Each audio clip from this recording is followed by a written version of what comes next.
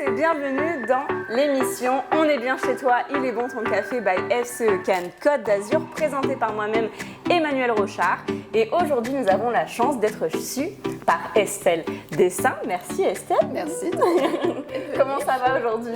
Très bien, un peu stressée. Un peu stressée, tu vas voir, ça va super bien se passer. En tout cas, merci beaucoup de nous recevoir chez toi, dans ton intimité, dans ton café. Je rappelle le concept très simple de l'émission. On va passer un petit moment entre filles avec Estelle. Je vais lui poser des petites questions sur ses valeurs, sa vision, pourquoi elle fait ça, son métier. Donc surtout, n'hésitez pas, si vous avez des commentaires ou des questions, on se fera un grand plaisir de pouvoir y répondre par la suite. Et puis, on va commencer? On est parti? Oui. Allez, super. Jingle.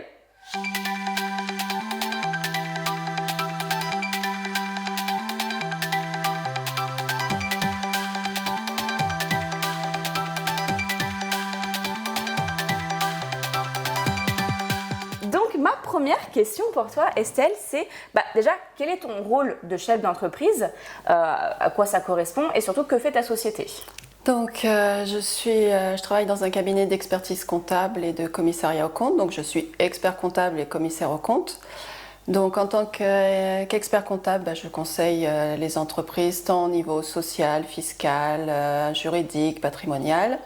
J'essaye de les suivre au maximum, que ce soit pour établir tout ce qui est déclaration fiscale pour les bilans et tout, mais après les suivre au quotidien parce que certaines entreprises ont besoin d'un suivi mensuel ou trimestriel pour savoir où est-ce qu'elles vont. Surtout qu'en ce moment, la période n'est pas très bénéfique pour les entreprises, ouais. Donc elles ont besoin de savoir où est-ce qu'elles vont. Donc voilà. Et en tant que commissaire aux comptes, là c'est pour des entreprises qui sont un peu plus importantes ou sinon des associations qui ont besoin que les comptes soient certifiés par un commissaire aux comptes. Donc on passe après l'expert comptable, mais on va vérifier que, par exemple, que le stock il est bien réel, que la banque, on demande aux banques de nous certifier que les comptes sont bien ceux qui apparaissent dans la comptabilité, dans le bilan. Donc, c'est pas du tout le même métier qu'expert comptable. Ouais, c'est assez différent. Voilà. Ok, comment tout a commencé? Comment on en vient à faire ce que tu fais c'est quoi le point de départ? Le point de départ, c'est d'aimer les chiffres. Et j'ai voulu tester en fait la comptabilité sans savoir ce que c'était parce que j'avais fait un bac scientifique. D'accord. Donc j'ai testé, je voulais recommencer les maths, mais juste 1 + 1 = 2 et pas autre chose, pas des maths trop compliquées. Donc j'ai testé la comptabilité et puis ça m'a plu. Mais c'est vrai que pendant les études, on voit beaucoup tout ce qui est comptabilité, mais on ne voit pas du tout ce qui est conseil aux entreprises et tout. Et donc c'est au fur et à mesure avec, on va dire, le parcours, les rencontres que nous faisons auprès des entreprises qu'on apprend à bien conseiller et puis après à potasser, à regarder dans les livres quand même, être à jour tout le temps parce que ça change tout le temps. Entre la fiscalité et le social, c'est assez mouvant, mais c'est très intéressant. Ok. Ton parcours dans les grandes lignes, si on résume à... Allez, sortie de bac, donc sortie de bac jusqu'à aujourd'hui, grosso modo. Grosso modo, c'est un IUT de gestion, donc à Nice. Après, le diplôme, ça s'appelait le DECF, diplôme d'expertise comptable et financière à Marseille, donc 2 ans à Marseille. Après, j'ai travaillé pendant 1 an parce qu'il y avait encore un autre diplôme à faire, mais il n'y avait pas de formation spécifique, donc je l'ai travaillé de chez moi. Et après ce diplôme, il faut 3 ans de stage pour devenir expert comptable. Ah oui, encore derrière. Et encore après un mémoire et 2 épreuves. Ok, en tout ça prend combien de temps du coup? 8 ans. Waouh, ok. Ouais, c'est comme un doctorat. C'est exactement comme un doctorat. Bon, en même temps, on gère des chiffres, des choses quand même assez importantes. C'est ça, exactement. Donc, bon, Mais dès qu'on a son diplôme, on ne peut pas s'inscrire direct. Disons pour moi, on ne peut pas mettre sa plaque, ça y est, je suis expert comptable. Il y a encore du Il y a encore un parcours et c'est pour ça que... Je travaille, je suis au cabinet Le Mal depuis maintenant presque 20 ans et j'ai commencé en tant que comptable, collaborateur comptable et au fur et à mesure j'ai progressé. Même si j'avais le diplôme, j'avais besoin d'avoir de l'expérience. Ok, oui. Parce que c'est pas parce qu'on a un diplôme que de suite on va se dire le client, je vais lui dire tout ça, j'ai tout. Ouais, mais comme tu as dit, il y a toute l'expérience pour pouvoir améliorer son conseil aussi, etc., d'entreprise en entreprise qu'on suit, effectivement. Oui, qu'on apprend au fur et à mesure et qu'après, on a des réflexes pour conseiller le client. Tout à fait. Est-ce que c'était ton rêve de petite fille de jouer avec les chiffres et sinon, quel était-il ton rêve de petite fille? C'était plus d'aller vers le sport, on va dire. D'accord. Sans être professeur, mais plus être prof de sport dans l'athlétisme et tout, parce que j'ai fait beaucoup d'athlétisme quand j'étais petite fille. Donc, mais en fait, après le bac scientifique, je savais pas trop où me tourner, donc j'ai fait la compta. Comme ça, j'avais une tante qui faisait de la compta qui m'avait dit que c'était très intéressant. Donc, et mes parents avaient leur entreprise, donc c'est aussi pour ça. Ok, d'accord. Voilà. Tu continues à faire du sport ou pas? Être toujours dans l'athlétisme et tout, c'est vrai, t'as totalement laissé tomber? J'ai totalement laissé tomber. Je faisais Désolée pour la petite Estelle.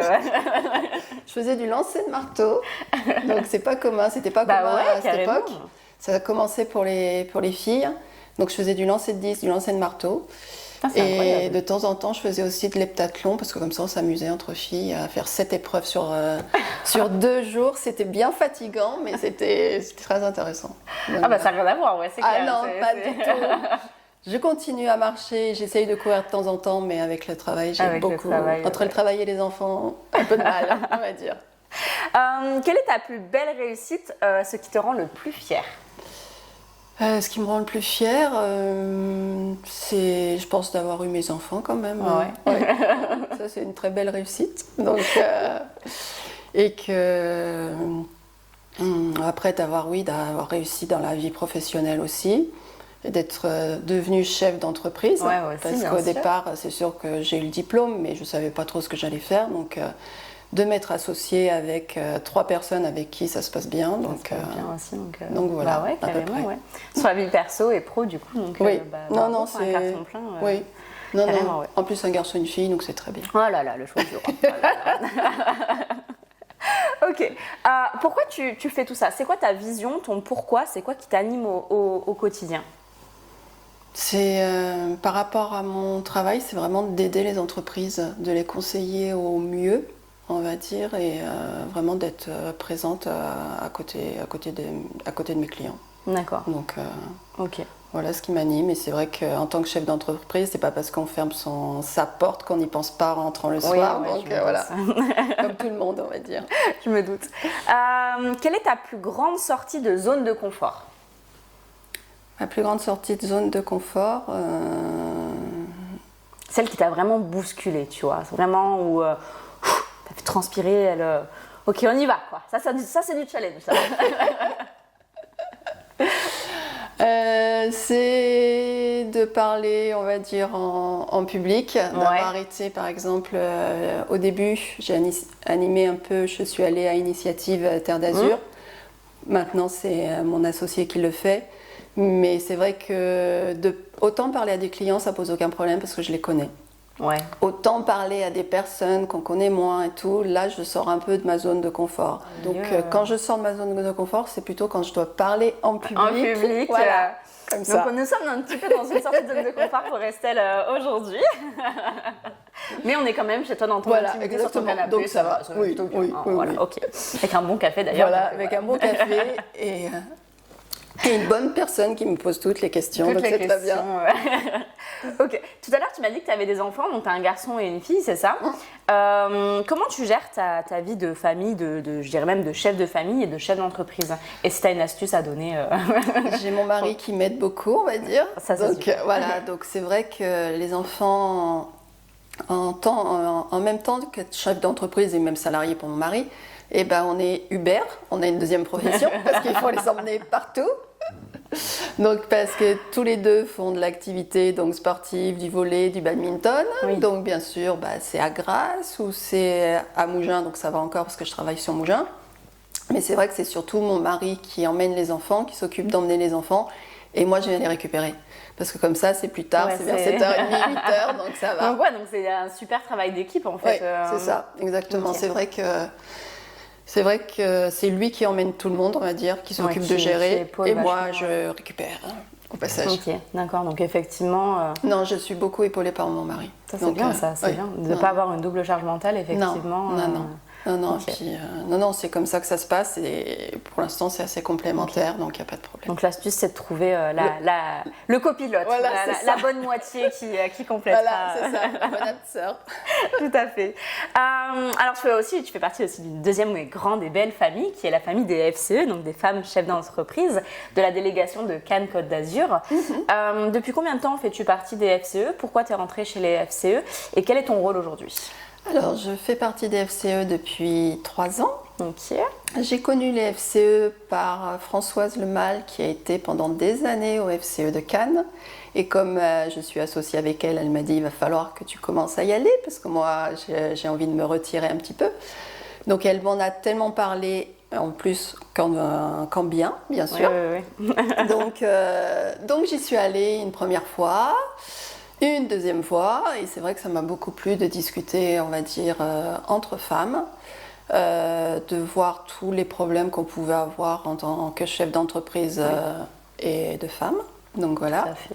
Et c'est vrai que c'est agréable de se retrouver déjà tous les mois, d'avoir à chaque fois un thème différent pour la réunion qui est en amont. Et donc au sein des femmes chefs d'entreprise, cette année, je suis trésorière. Donc voilà. Donc les chiffres sont entre de bonnes mains. Exactement. Ok. Quel est le combat qui te tient le plus à cœur? Le combat qui me tient le plus à cœur, c'est... il y en a plusieurs, donc c'est difficile de dire lequel. En tout cas, peut-être celui qui te prend le plus de temps ou dans celui de lequel tu dépenses le plus d'énergie. On va dire... c'est vrai que j'ai du mal à trouver là comme ça, parce que c'est assez vaste.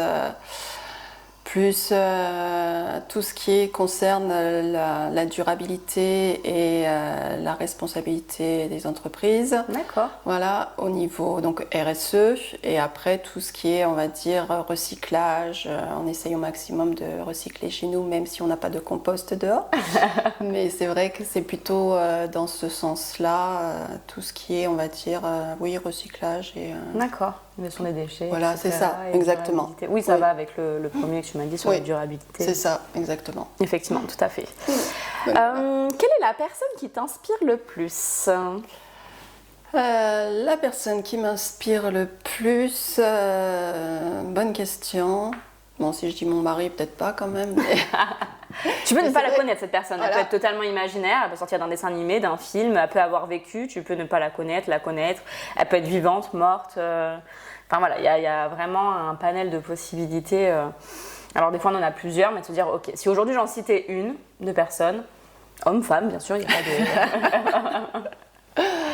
de... Une personne qui m'inspire le plus, c'est pas m'inspirer, mais que j'aime. Ouais, que que t'affectionnes, Que par j'affectionne. exemple, ouais. Bon, ça vous allez rire, mais c'est plus, on va dire, Patrick Bruel. Ah, super, j'adore. Pourquoi? Bah, j'adore ses chansons. Je suis allée le voir quand j'étais plus jeune, 2 fois en concert et tout. Je faisais partie de la Bruel Mania, on va dire, un peu. Donc dis voilà. donc. Donc c'est vrai que je l'ai toujours suivi, c'est pas inspiré, mais c'est vrai que je l'ai toujours suivi ce qu'il faisait et tout, et c'est vrai que j'aime toujours ses chansons. Donc, Bah ouais, donc c'est voilà. hyper original. Voilà. Bah merci. C'est pas une personne qui On inspire. sent une petite passion sous-jacente. On voit Estelle en concert, en train d'hurler Justement, là, il y a 3 ans, 3-4 ans, je suis retournée le voir en concert. On a eu des places avec mon mari, donc je suis retournée. Mais j'ai pas crié comme. J'ai T'as pas crié comme quand voilà. t'avais quand t'étais plus jeune. T'es restée plus Mais discrète. j'étais debout quand même. Ah voilà, quand même. Ok, on arrive bientôt sur la fin de l'émission. J'ai une dernière question à te poser, Estelle. Donc c'est un peu la question secrète, loufoque et impromptue. D'accord? Est-ce que tu es prête pour cette question secrète? Oui, on va voir ce que tu as trouvé, Manuel. Alors, je t'explique un petit peu la mise en contexte. On a beaucoup parlé de ton passé, de ton présent, on a vu un peu sur ta vision pour ton futur. Et là, je vais te demander de te projeter le plus loin possible, et tellement loin qu'on va arriver le jour de ton enterrement. Donc, vraiment, je te le souhaite le plus loin possible, bien Oui, évidemment, oui, d'accord? Et on part du principe que c'est le dernier jour du magnifique livre de ta vie, d'accord? Tu as réalisé tout ce que tu voulais, tes objectifs, tes rêves, tu es une femme accomplie, tu as été même la femme de tes rêves, tu vois, carrément, ok?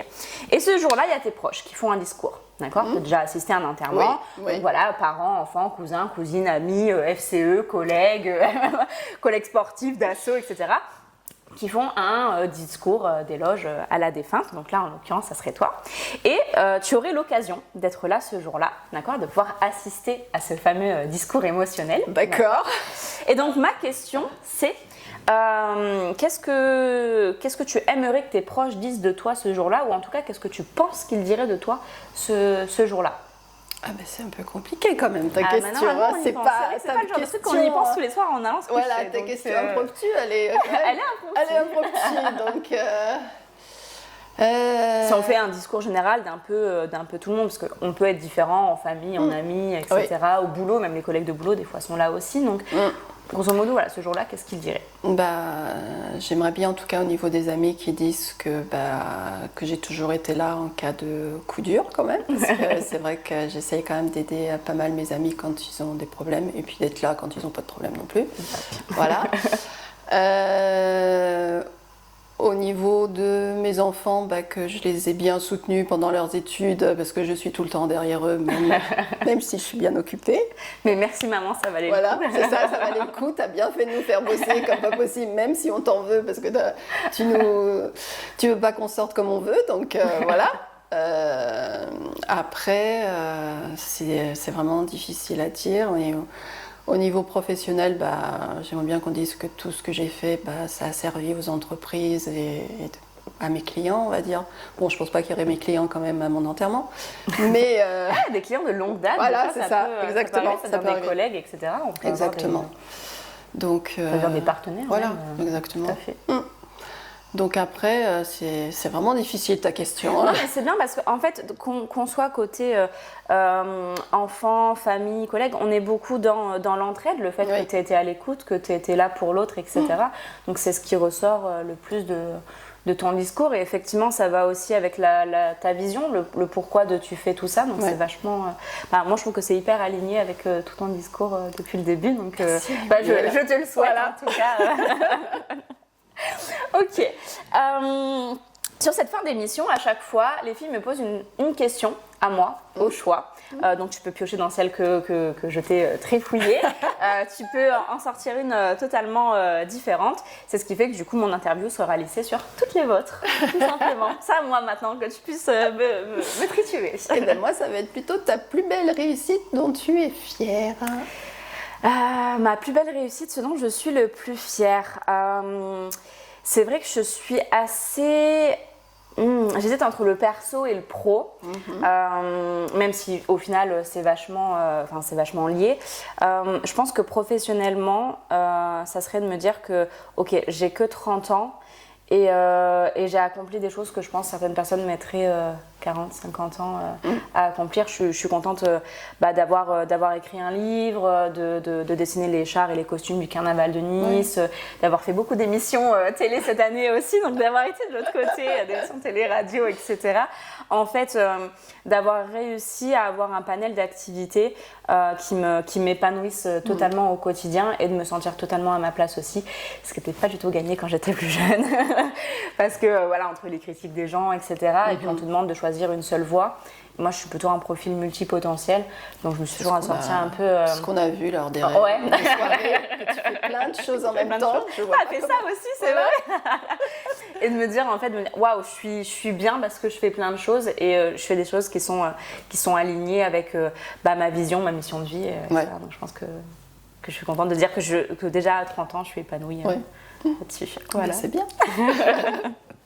Merci beaucoup pour cette question. Donc l'émission touche à sa fin. On te remercie grandement Estelle pour cet accueil dans ton intimité. Donc ça va, l'exercice ça a été l'exercice, Emmanuel a très bien fait l'interview et tout, elle est très bien. Ça va, c'est un bon moment, ça exactement. Va, super. Ok. On se retrouve très bientôt pour un nouvel épisode de On est bien chez toi, il est bon ton café. À bientôt.